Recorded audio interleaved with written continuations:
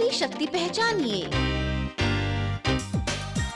Hypnosis से बीमारी मुक्त जीवन पाएं, जैसे phobia, depression, weight management, sexual dysfunction, motivation, relationship, studies, sports, past life, unhealthy habits and many more.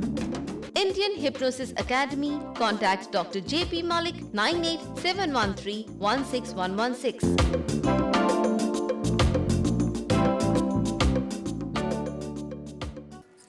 नमस्कार, स्वागत है आपका हमारे खास कार्यक्रम हिप्नोसिस एंड हेल्थ में।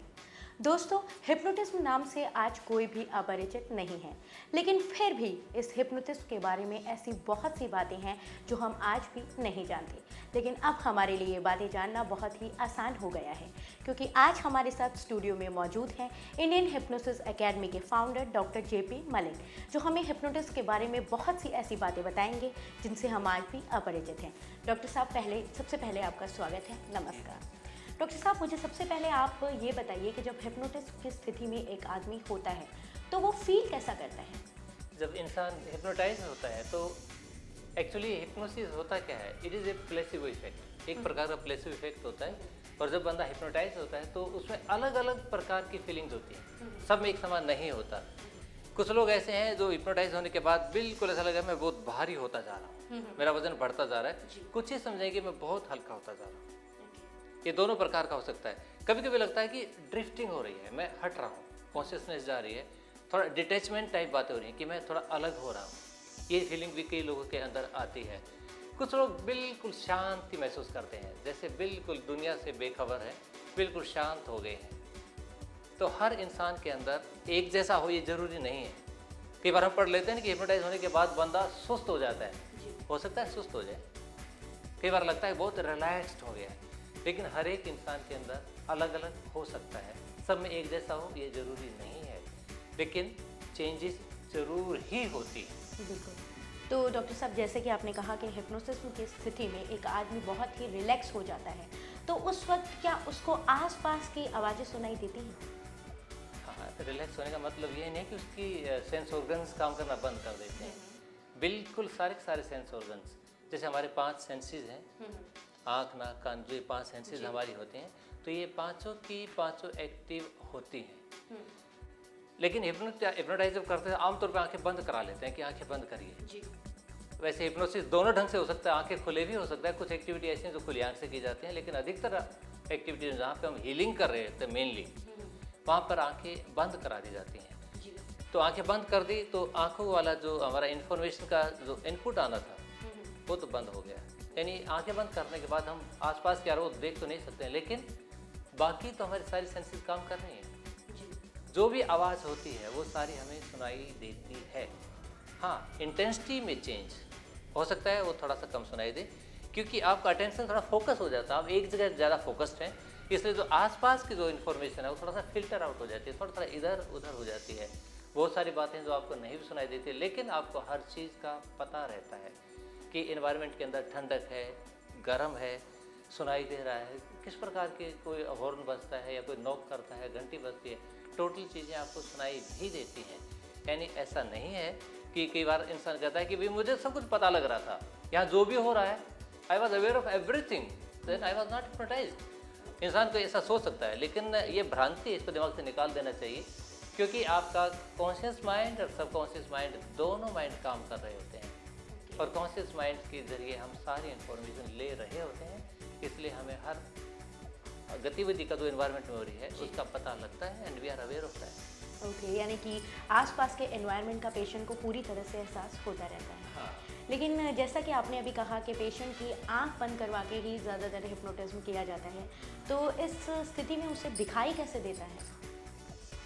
राइट, इनफैक्ट जो देखने वाली बात है, इसके ऊपर बहुत सारे कन्फ्यूज़न होते हैं हमारे दिमाग के अंदर, खास तौर के ऊपर जो दूसरे क्लाइंट सुनता है भी मैं हिप्नोटाइज हुआ तो मैंने देखा कि मैं किसी बाग में गया था, मुझे अपने बचपन की बात याद आई, मैं देख रहा था कि मैं ऐसे कलर के कपड़े पहन रहा था, इस प्रकार मैं वहाँ पे बैठा हुआ था, ये कर रहा था, ये सारी बातें बताता है।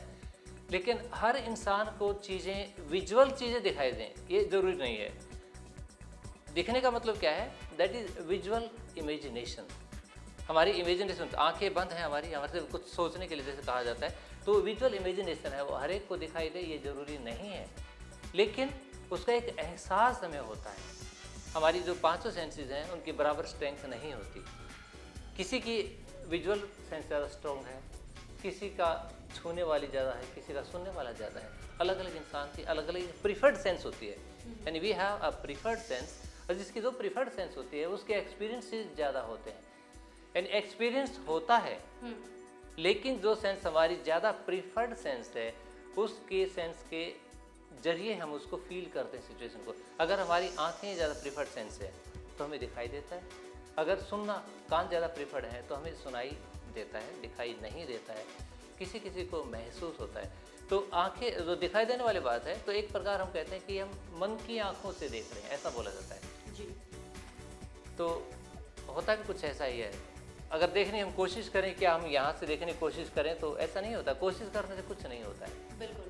तो आप इमेजिनेशन जो करते हैं, तो आपकी जो इमेजिनेशन जो बनती है वो विजुअल इमेजिनेशन बन जाती है, जो आपको दिखाई देती है। इसका एक सिंपल एग्जांपल लीजिए, जैसे आप रात को सो रहे हैं, जी।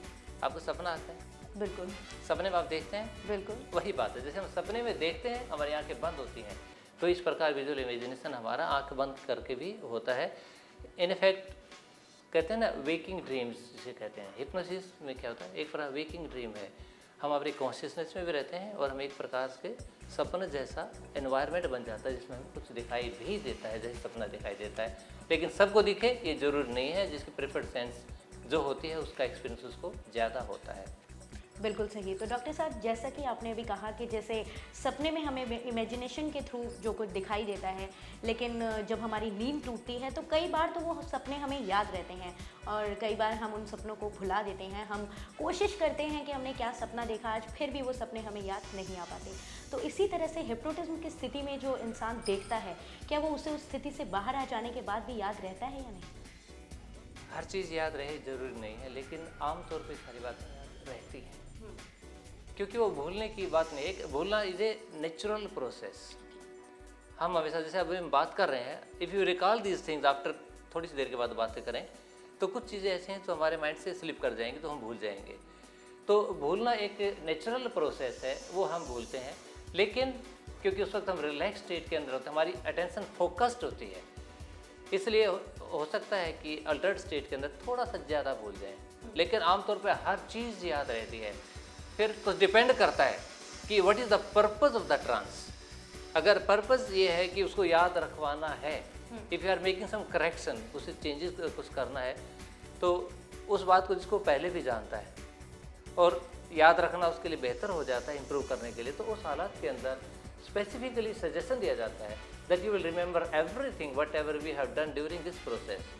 जब ट्रांस से बाहर आएंगे आपको सारी चीज़ें याद रहेंगी, आप कुछ भी भूलेंगे नहीं। उनको पर्टिकुलरली बोला जाता है ताकि वो कोई भूले ना, और बोलने के बाद फिर उसको सारी बातें याद जरूर रहती हैं। हाँ, कभी कभी ऐसा होता है, कुछ चीज़ें हैं जैसे कुछ ट्रॉमेटिक एक्सपीरियंस है, आप नहीं चाहते कि वो उसको याद रखे, हो सकता है बाद में उसको कुछ परेशानी कर सकता है, लेकिन उस हालत के अंदर आप एक सजेशन देते हो कि you will forget everything after the trance is over. ऐसा आमतौर पे स्टेज हिप्नोसिस में भी किया जाता है। बिल्कुल सही। तो डॉक्टर साहब, एक पेशेंट हिप्नोटाइज हो गया है, इस बारे में डिटेल से हम अगले एपिसोड में जानेंगे, क्योंकि फ़िलहाल समय इस बात की इजाज़त नहीं दे रहा है। लेकिन आज आप हमारे स्टूडियो में आए, इसके लिए आपका बहुत बहुत धन्यवाद। तो दोस्तों, जैसा कि आपने देखा कि हिप्नोटाइज की स्थिति में पेशेंट किस तरह से फील करता है, उसे आसपास का कुछ सुनाई देता है या नहीं, ये सब आज हमें डॉक्टर साहब ने बताया। लेकिन इस बारे में अभी और भी बहुत कुछ जानना बाकी है, लेकिन ये हम जानेंगे अगले एपिसोड में। तब तक के लिए नमस्कार।